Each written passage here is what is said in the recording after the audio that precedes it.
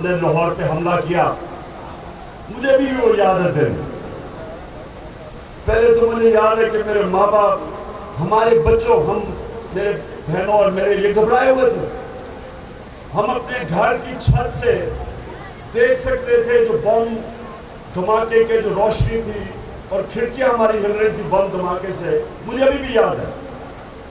اور مجھے ایک اور چیز یاد ہے کہ کبھی میں نے اپنی قوم کو ایسے اکٹھا ہوتے نہیں دیکھا. میں نے کبھی وہ جذبہ نہیں دیکھا جو میں نے اس کے بعد دیکھا.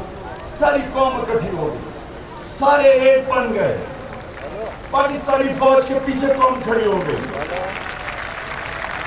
مجھے یاد ہے میں تو صرف 13 سال کا تھا، میں بھی ایک دن بندوق نکال کے کھڑا ہو گیا کہ میں کہا جی میں بھی فوج میں جانا چاہتا ہوں، کیونکہ ایک جذبہ تھا سارے ملک میں.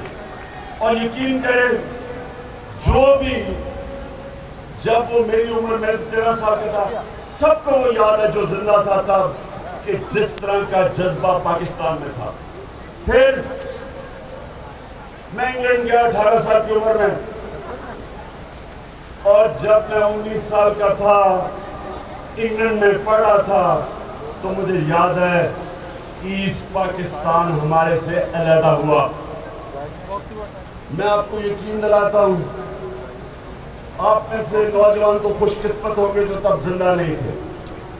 جو تکلیف پاکستانیوں کو، چاہے وہ پاکستان میں تھے یا میری طرف پاکستان سے باہر تھے، جو ہمیں ڈپریشن اور تکلیف ہوئی کہ ہمارا ملک ٹوٹا،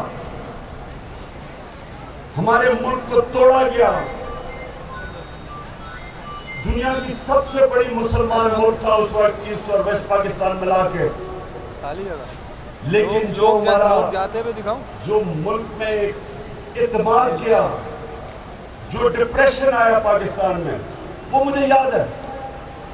پھر وہ پاکستان آہستہ آہستہ کھڑا ہوا.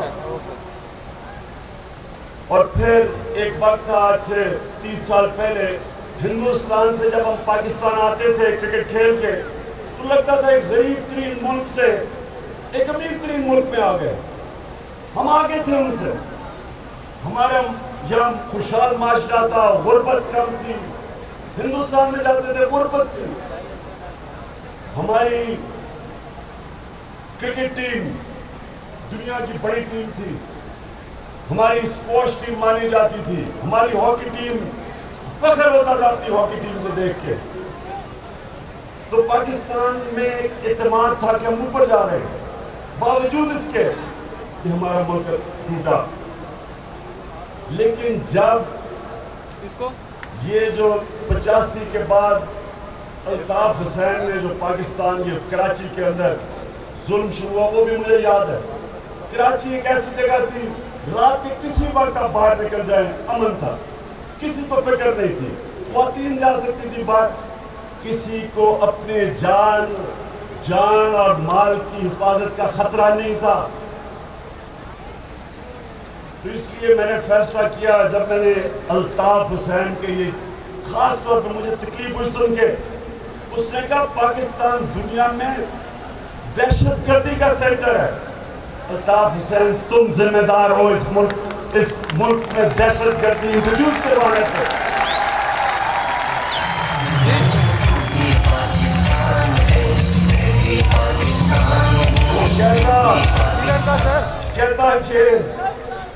کہتا کہ ساری دنیا میں دہشت گردی پاکستان کی طرف سے جاری ہے. الطاف حسین تم لندن میں بیٹھ کے جتنے لوگوں کو تم نے کراچی میں مروایا ہے، قتل کروایا، اور افسوس کی بات یہ ہے کہ مہاجروں کو اس سے قتل کروایا زیادہ تر. میں ابھی بھی عظیم طارق کو ہی مجھے یاد ہے 92 میں ورلڈ کپ جیت کے ہم آئے. عظیم طارق نے ہمارے لیے فنکشن کی. ایک انٹلیکچوئل تھا، پڑھا لکھا تھا، بڑا انقلابی سوچ والا انسان تھا. مجھے بڑا متاثر کیا اس نے. اور اس کو جب الطاف حسین کو اس سے خطرہ ہوا اس کو مروا دیا. کسی کو اس نے اپنا نمبر 2 بننے نہیں دیا. اس نے رو کے ساتھ مل کے کراچی میں انتشار پھیلایا. میں ہندوستان ٹائمز کی فنکشن میں تھا دلی میں، جدھر مجھے ہندوستان ٹائمز کے صحافیوں نے بتایا کہ الطاف حسین کو ہندوستان ٹائم کی فنکشن پہ رو نے انوائٹ کیا. پوسٹر لگے ہوئے تھے اس کے، اور اس سے پوچھا کہتے جی رو نے پوسٹر لگوائے ہیں. یہ 2003 کی بات ہے. اور یہ الطاف حسین لندن سے بیٹھ کے کراچی کی تقدیر کا فیصلہ کرتا ہے. شکر ہے اللہ کا جو الحق ہے. میں 10 سال سے اس کے متعلق بولتا رہا، آخر میں اس کی زبان سے وہ نکل آیا جو اس کے اندر تھا. نفرت نکلی پاکستان کی. کہتا پاکستان کو تقسیم کرو، پاکستان مرد آباد. میں آج مہاجروں کو ایک پیغام دینا چاہتا ہوں کہ آپ کو کوئی ضرورت نہیں بتانے کی کہ آپ کتنے محب وطن ہیں. میری والدہ کی سارا خاندان ہندوستان سے ہجرت کر کے آیا تھا پاکستان 47 میں. میری والدہ جتنا وہ اور ان کا خاندان محب وطن تھا، شاید ہی میں نے کسی کو دیکھا ہو، کیونکہ وہ مجھے بچپن سے بتاتی تھی کہ تمہیں نہیں اندازہ کہ تم ایک آزاد ملک میں پیدا ہوئے ہو. مجھے یاد ہے کہ ہمارے جتنے گھر میں کام کرنے والے تھے جو ہجرت کر کے آئے تھے ہندوستان سے پاکستان، ایسٹ پنجاب سے، شاید ہی کوئی خاندان ہو جن کے لوگ مرے نہ ہوں اس ہجرت میں. جو قتل عام ہوئی پنجاب کے بارڈر کے اوپر، مجھے یاد ہے ہم بڑے ہو رہے تھے، شاید ہی کسی کو ملتے تھے جو وہاں سے یہاں آیا ہو، جس کے کئیوں کے خاندان اڑ گئے. اور جس طرح کی قتل عام تھی، لوگوں کو کئی سالوں تک شوق تھا. ہم بڑے ہو رہے تھے اور ہمیں لوگوں کو یاد ہے مجھے کہ سارے یاد کرتے تھے کسی کے بھائی کی بہنیں اٹھائی گئی، کہ ماں باپ ان کے سامنے مارے گئے. تو ان لوگوں کو قدر تھی پاکستان کی، پاکستان سے پیار کرتے تھے.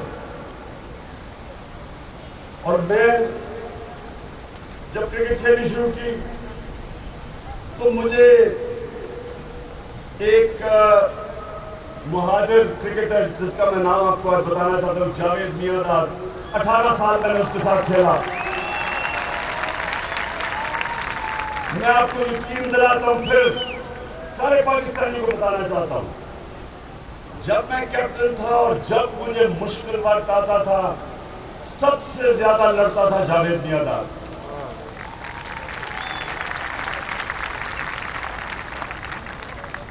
اور پاکستان کے لیے کھیلتا تھا. اس کو فخر تھا پاکستانی ہوتے ہوئے. میں آپ کو ایک واقعہ بتاتا ہوں. پاکستان اور ہندوستان کا میچ ہو رہا. ہندوستان میں ان دنوں میں اپنے اپنے امپائر ہوتے تھے. نہ پاکستان ہندوستان میں جیت سکتا تھا، نہ ہندوستان پاکستان میں جیت سکتا تھا. ہم ہارنے لگتے تھے، ہمارے امپائر مدد کرتے تھے. وہ ہارنے لگتے تھے، ہندوستان میں ان کے امپائر مدد کرتے تھے. اب ایک ایسا میچ ہوا ہے کہ فیصلہ ہونا تھا کہ پاکستان کو موقع ملا کہ ہندوستان میں جیتنے کا، اور ابھی تک ایک ہی دفعہ جیتا ہے، وہ جو میں بات کر رہا ہوں جس سیریز کی. اب وہ بڑا کانٹا دار میچ، پاکستان اور ہندوستان میں سڑکیں خالی، سارے ٹی وی دیکھ رہے. فیصلہ ہونا تھا سیریز کا. آخری ٹیسٹ میچ تھا بنگلور میں، فیصلہ ہونا تھا. وہ میچ ایسے اوپر نیچے جا رہا ہے. ہمیں ہندوستان کی ٹیم کا بھی مقابلہ کرنا تھا اور ہندوستان کے امپائروں کا بھی مقابلہ کرنا تھا. اب ہو کیا رہا تھا کہ جاوید میاں کا بیٹسمین کے قریب فیلڈنگ کر رہا تھا. اپیل ہوتی تھی، امپائر ناٹ آؤٹ دے دیتا تھا. اب میں اس کی شکل دیکھ رہا تھا جاوید میاں کی. آہستہ آہستہ مجھے اس کی شکل دیکھتے دیکھتے خوف آنا شروع ہو گیا. ایک قاتلوں کی شکل بن گئی اس کی. جتنی اپیل کرتا تھا جب امپائر نہیں دیتا تھا تو امپائر کی طرف بھاگتا تھا. مجھے خوف آنا شروع ہو گیا. میں اب سوچ رہا تھا کہ کل کتنا ہوگا بڑا کہ پاکستان پہلی دفعہ ہندوستان میں سیریز جیتا ہے. لیکن جب میں نے اس کا شکل دیکھی تو مجھے خوف آنا شروع ہو گیا کہ یہی نہ ہو اگلے دن کہ جناب جاوید میاں نے ہندوستان کے امپائر کو قتل کر دیا. تو میں نے اس کو میں سچ بتا رہا ہوں آپ کو, ہوتا کیا تھا کہ وہ اپیل کرتا تھا, وہ امپائر کی طرف بھاگتا تھا اور میں اس کو امپائر کے بیچ میں ایسے کھڑا ہو جاتا تھا. یہ میں سچ آپ کو بتا رہا ہوں. تو میں نے ایک محب وطن پاکستانی جو میرا ایکسپیرئنس ہے, جان کی بازی لگاتا تھا اپنے ملک کے لیے. اس لیے مہاجروں, میں مہاجروں آپ کو کہہ رہا ہوں, آپ کو کوئی اپنے محب وطن ثابت کرنے کی ضرورت نہیں ہے. آپ پاکستانی ہیں, ہم سب کو پتہ ہے کہ آپ پاکستانی کے لیے کتنی جان دینے کے لیے تیار ہیں, اور آپ یہ کبھی نہ سمجھیں کہ آپ اکیلے ہیں. عمران خان ہمیشہ آپ کے حقوق کے لیے کھڑا ہوگا آپ کے ساتھ.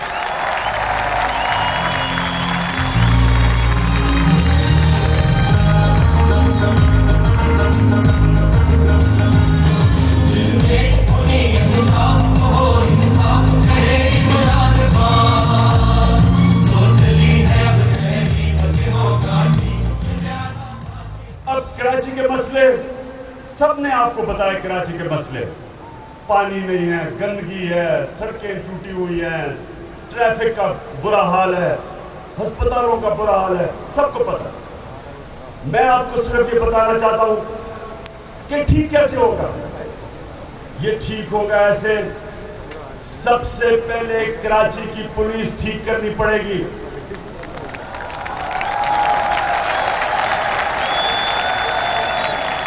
کراچی کی پولیس کو غیر سیاسی اور میرٹ پہ غیر سیاسی کرنا پڑے گا اور میرٹ لانی پڑے گی. میں کراچی کے لوگوں, جب ہماری حکومت 3 سال پہلے پختونخوا میں آئی, 500 پولیس والے طالبان کی دہشت گردی میں مارے گئے. سب سے زیادہ دہشت گردی پختونخوا میں تھی. ہم نے پولیس کو غیر سیاسی کیا. ہم نے قانون بنایا کہ کوئی مداخلت پولیس میں بھرتیوں میں نہیں ہوگی, کوئی پوسٹنگ اور ٹرانسفر حکومت بالکل نہیں کرے گی. سارا فیصلہ پولیس کرے گی. ان کو ہم ذمہ دار ٹھہرائیں گے. اور ان کو کون چیک کرے گا؟ ہم نے جو بلدیاتی نظام لے کے آئے ہیں, پبلک سیفٹی کمیشن, یعنی کہ ہر جگہ لوگوں کے نمائندے چیک کریں گے کہ اگر پولیس ٹھیک کام کری ہے نہیں. یعنی کہ ساری سیاسی مداخلت ختم کی. آج مجھے فخر ہے کہ جو پختونخوا کی پولیس کے جس طرح انہوں نے دہشت گردی کا مقابلہ کیا, جس طرح جرم نیچے کیے. میں دیکھ رہا تھا کہ ANP کے اسفندیار ولی تقریر کر رہے تھے اور بڑی ہماری تنقید کر رہے تھے پختونخوا کی گورنمنٹ کی. میں سوچ رہا تھا کہ اسفندیار, 5 سال جب آپ کی حکومت تھی تو آپ تو دبئی یا ملیشیا سے تقریر کرتے تھے, آپ تو پشاور جا ہی نہیں سکتے تھے. تو اب تو آپ پشاور میں تقریر کر رہے ہیں. تو لیکن مجھے جو دل میرا خوش ہوا, میں آپ کے سامنے ابھی مردان میں جو اٹیک ہوا, میں 10 سال سے ہسپتالوں میں جا رہا ہوں مریضوں کے پاس. جب بم اٹیک ہوتا ہے سارے پاکستان میں, میں مریضوں کے پاس جاتا ہوں. اس باری میں مردان گیا, بڑی خوشی ہوئی مجھے. پہلی دفعہ میں دیکھا کیا کہ مریض جن کو جو زخمی ہوئے تھے, سب نے مجھے ایک مریض نے کہا, انہوں نے جس طرح پختونخوا کی پولیس کی تعریف کی اور کہا کہ اگر وہ اپنی جان کی بازی نہ کھیلتے آج ہم زندہ نہ ہوتے.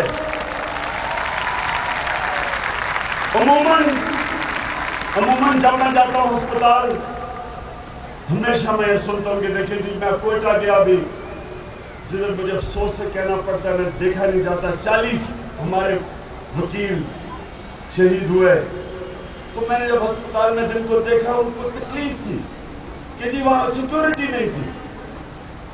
اور ہوتی بھی ہے تکلیف, آپ کو زخمی ہو, ٹانگیں ضائع ہو گئی, کسی کی بازو نہیں ہے, کسی کی آنکھ نہیں ہے, تو تکلیف تو ہوتی ہے ہمیشہ. اور 10 سال سے میں سن رہا ہوں وہ سارے کہتے ہیں جی سیکیورٹی لیپس ہو گیا, اگر یہ ہو جاتا تو بہتر ہو جاتا, ہم شاید بچ جاتے ہیں, یا جن کے کوئی لوگ شہید ہوتے ہیں. یہ پہلی دفعہ 10 سال میں پہلی دفعہ مجھے, پہلے میں وکیلوں کے پاس گیا, سارے پریزیڈنٹ بار ایسوسی ایشن مردان, اس نے خراج تحسین پیش کی, کہتا عمران خان اگر وہ پولیس والا خودکش حملے کے پیچھے بھاگتا نہ اور اپنی قربانی نہ دیتا, کم از کم 30-40 وکیل مارے گئے تھے. اس نے اپنی قربانی دے کے بچایا, اس نے تعریف کی, پھر اسپتال میں مریضوں نے تعریف کی. مجھے اتنی خوشی ہوئی کہ دیکھ کے کہ پولیس کی عزت ہے, رسپیکٹ ہے. آج پختونخوا میں آپ دیکھیں پولیس کی لوگ عزت کرتے ہیں کیونکہ پولیس نے ان کی زندگی بہتر کی. آپ پنجاب میں چلے جائیں, آپ یا کراچی میں دیکھیں اور دیکھیں کیا حال ہے, کسی کو پولیس پہ اعتبار نہیں.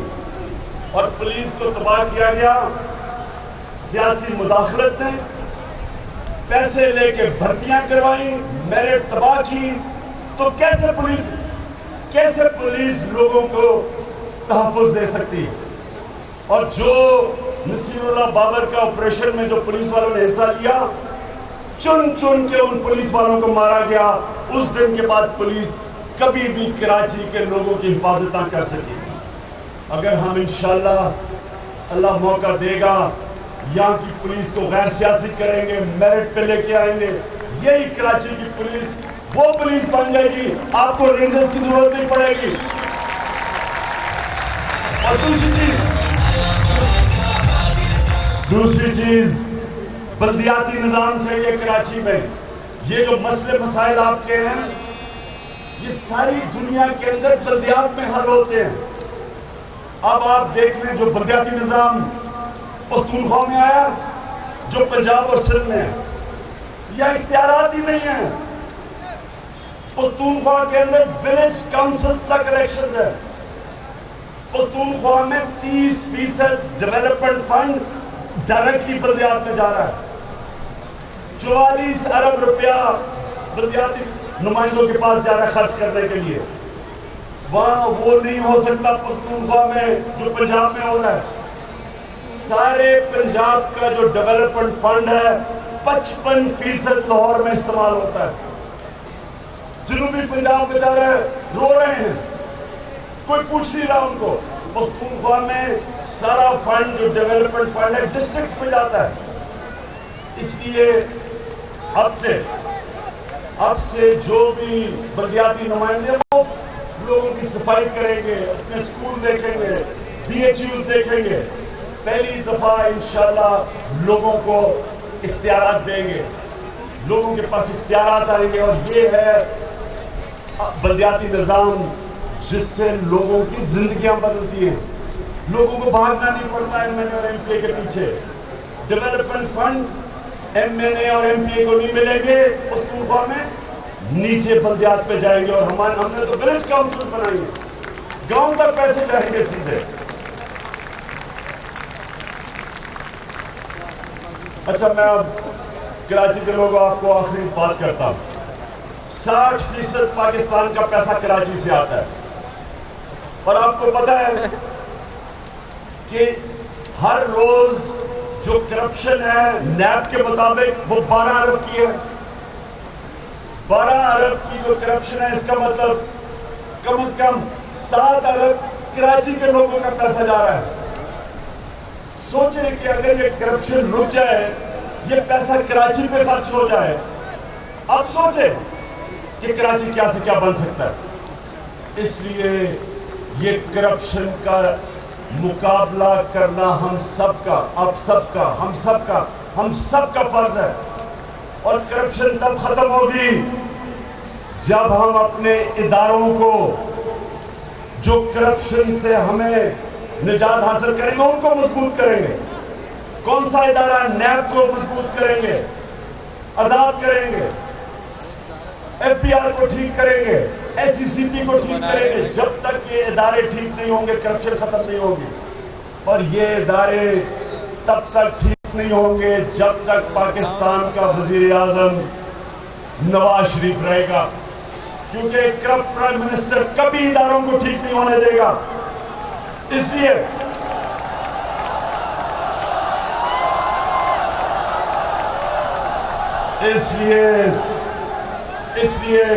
سارے پاکستانیوں ہم سب نے مل کے نواز شریف سے جواب مانگنا ہے, کیونکہ یہ نواز شریف نے اداروں کو تباہ کر دیا ہے. اپنی کرپشن کرنے کے لیے اداروں کو تباہ کیا, اور ادارے یہ کبھی ٹھیک نہیں ہونے دے گا, کیونکہ ادارے ٹھیک ہو یہ پکڑا جائے گا. اس لیے ہم نے اپنی لاہور پاکستان مارچ کی.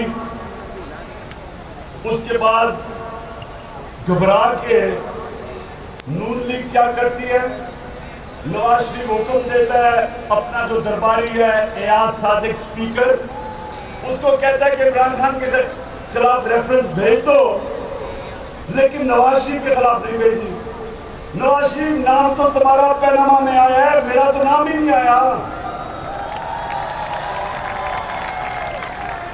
یعنی یہ سوچو, اگر ذرا ایک منٹ غور کرو, یہ ہے پاکستان کا مسئلہ. ایک آدمی ملک کا پرائم منسٹر ہو کے کمپنی بناتا ہے باہر پیناما میں اپنے بچوں کے نام پہ. وہ کمپنیز اربوں روپے کی لندن میں پراپرٹیز دیتی ہیں. ایک بیٹا 6.5 ارب کے گھر میں رہتا ہے, حسن شریف. نہ وہ بتا سکتا ہے پیسہ کدھر سے آیا, نہ اس نے اس کو پر ٹیکس دیا, نہ اس نے قانونی طور پہ پیسہ باہر بھیجا. لیکن اسپیکر صاحب کو یہ نہیں نظر آیا اور اس نے اس کی ریفرنس نہیں بھیجی. ریفرنس کس کی بھیجی؟ عمران خان کی. عمران خان وہ پاکستانی ہے جس نے 18 سال باہر کمائی کی اور سارا پیسہ سب کچھ بیچ کے سارا کچھ پاکستان لے آیا. وہ آدمی کے خلاف ریفرنس بھیجی, اور جس نے یہاں سے چوری کر کے پیسہ باہر لے کے گیا اس کے خلاف نہیں بھیجی. اس سے آپ کو کیا نظر آتا ہے کہ پاکستان کے ادارے بجائے ڈاکوؤں کو پکڑنے کے ان کی حفاظت کرتے, اور جو اگر یہ میرے سے کر سکتے ہیں, آپ سوچیں عام پاکستانیوں سے کیا کرتے ہو. اب سوچیں کہ یہ عام آدمی ٹھوکریں کھاتا ہوگا, جیل بھرے ہوئے غریب لوگوں سے. سارے پاکستان کی جیل میں آپ کو ٹاکر اور ڈاکو نہیں ملیں گے. جیلوں کے اندر بچارے وہ لوگ جائیں گے جن کو کوئی پوچھنے والا نہیں. اس لیے آپ نے مل کے میرے ساتھ اس کا مقابلہ کرنا ہے. کراچی کے لوگوں آپ نے بھی شامل ہونا ہے. میں 24 تاریخ کو رائیونڈ مارچ اناؤنس کر رہا ہوں.